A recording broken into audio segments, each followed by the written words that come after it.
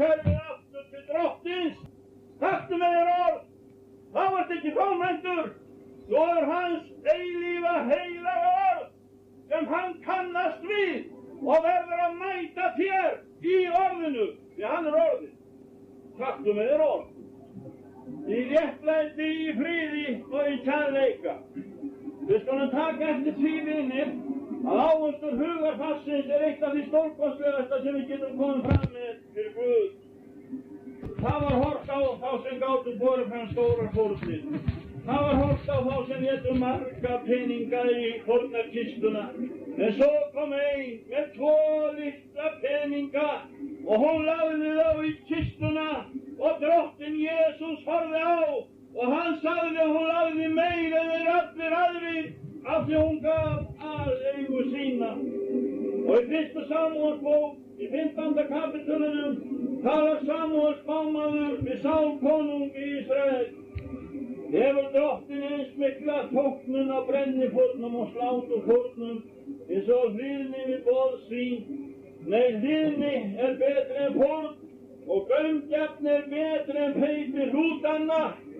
Og við erum komin til móts í dag og það þarf ekki stóra tösku undir það sem heitir hlýðni og það þarf ekki stóran bakpoka undir það sem heitir gaumgjarni. Heldur það nákvæmni í okkar lífi þegar við göngum fram fyrir auglýst Guðs og helgust honum. Og nú erum við komin á mót hér í dag og ég skal segja ykkur Guðs orð hefur blessað mig. Ég hef fagnað og glaðst yfir því að eiga þetta heilaga orð og ég kem með það fram fyrir Guð og ég vil að þið taki þátt í því, taki með okkur orð og koma fram fyrir hann. Spörsjón segir ykkur dásamlegasta perla Gamla testamentisins í dag í Salmur 103. Og maður þreytist aldrei á að lesa þennan blessaða sálm og undir öllum kringumstæðum hann lesinn. Og þegar æðsti maður Þjóðverja var í Jerúsalem og stóð við grátbúrinn, þá tók hann upp þessa gömlu bók og las þennan dásamlega sálm sem stendur hér. Hann hefur eigi breytt við oss eftir syndum vorum og eigi gjörðu oss eftir misgjörðum vorum og hann þreytir eigi deilur ævinlega. Þetta vildi hann færa eins og orð frá þjóðsinni til þeirra sem verst urðu fyrir barðin á þeim á hörmungatímum styrjaldarinnar. En ég les hérna fyrir ykkur og tek þetta orð með mér inn í þetta mót. Lofa þú drottinn, sála mín, og allt sem í mér hann segir hann. Hvað í okkur? Við sjáum hvert annað og við getum heilsað fyrir öðru og þreifað á hverju öðru. Það sem í okkur andi okkar, sál okkar. Og lofa þú drottinn og allt sem í mér hugur og tunga hjálpi til, Herrans pínu ég minnast við, segir Hallgrímur Pétursson. Og svo segir hann, lofa þú drottinn, sála mín, og gleymi í neinum velgjörðum hans. Þú ert komin á mót, manstu ekki eftir velgjörðum drottins, manstu ekki eftir miskun hans, manstu ekki eftir henni góður og náðaríkur. Svo fyrir hann að telja, og mér finnst upptelningin alveg stórkostleg og dásamleg og rétt. Og hann segir, hann sem fyrirgefur allar misgjörðir þínar. Við höfum það sameiginlegt, okkur hefur orðið á. Við höfum misgjört, við höfum syndgað, við höfum brotið Guðs boð og við höfum brotið á móti hverju öðru. Og hér kom maður í mótinum í þetta svo dásamlegt, þegar hann hefði frelsast þá kom hann heim. Og konan hans var þar heim og hérna hann verið mjúkur undir áhrifum áfengis og hann segir, fyrirgefðu mér allt, nú ég frelsaður. Já, hún tók þetta til, þannig eins og hann vanur. En nú hafði það komið til áfengi fór í burtu og lífið kom inn og þá byrjaði á þessu, fyrirgefðu mér allt. Þetta lítið orðin oft ákvæðlega erfitt að lykta því upp. En það leysir allan vanda á milli manna, milli bræðra.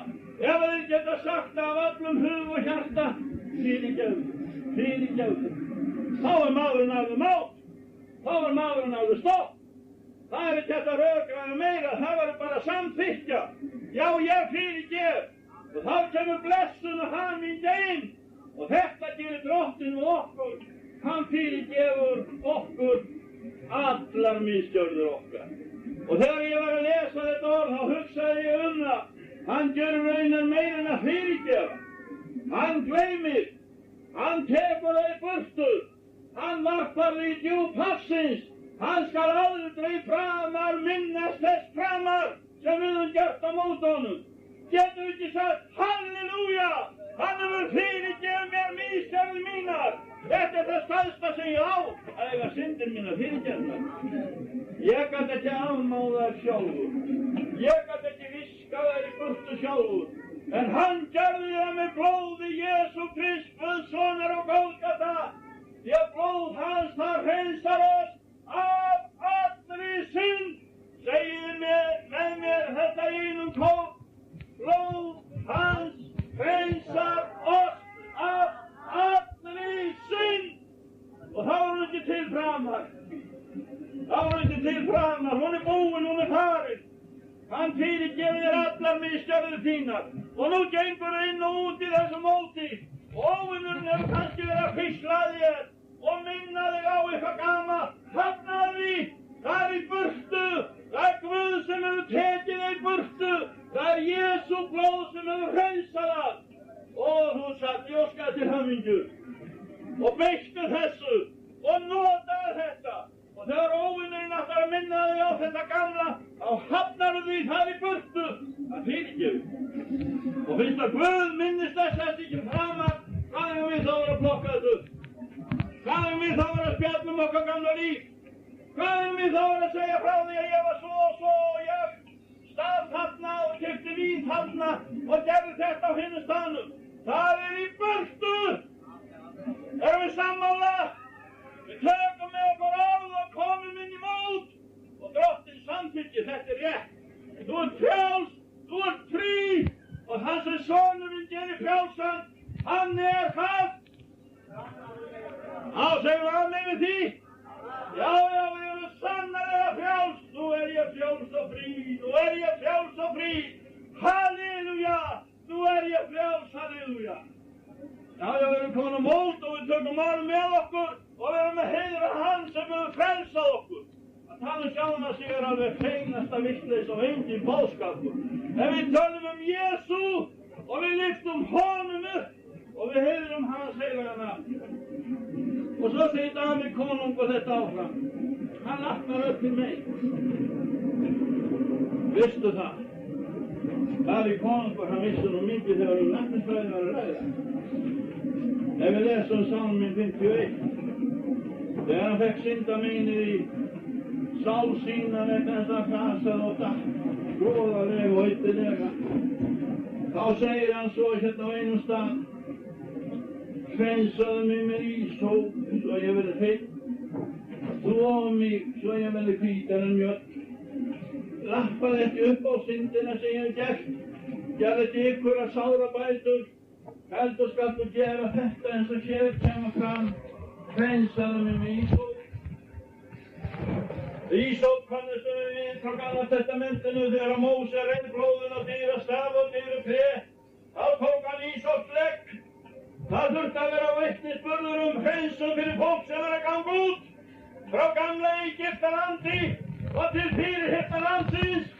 Við höfum gengið út frá Egyptalandi og við erum á leið til Kanaans og við tölum nánar það hér í dag.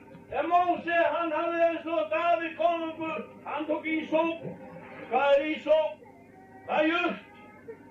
Og jurtin hún vex í skugga og hún þarf á miklu vatni að halda og hún safnar í sig dögg og hún geymir döggina og svo þegar að sólarhitinn kemur og hitinn verður mikill í skugganum, þá þornar vatnið upp og vatnið sem var í blóðunum, það verður hvítt og það verður mygla og það er þetta undursamlega penicillin sem Alexander Fleming kom með 1937 og hefur orðið til blessunar fyrir líkami manna meira en nokkurt annað. Það tekið beint úr ríki náttúrunnar.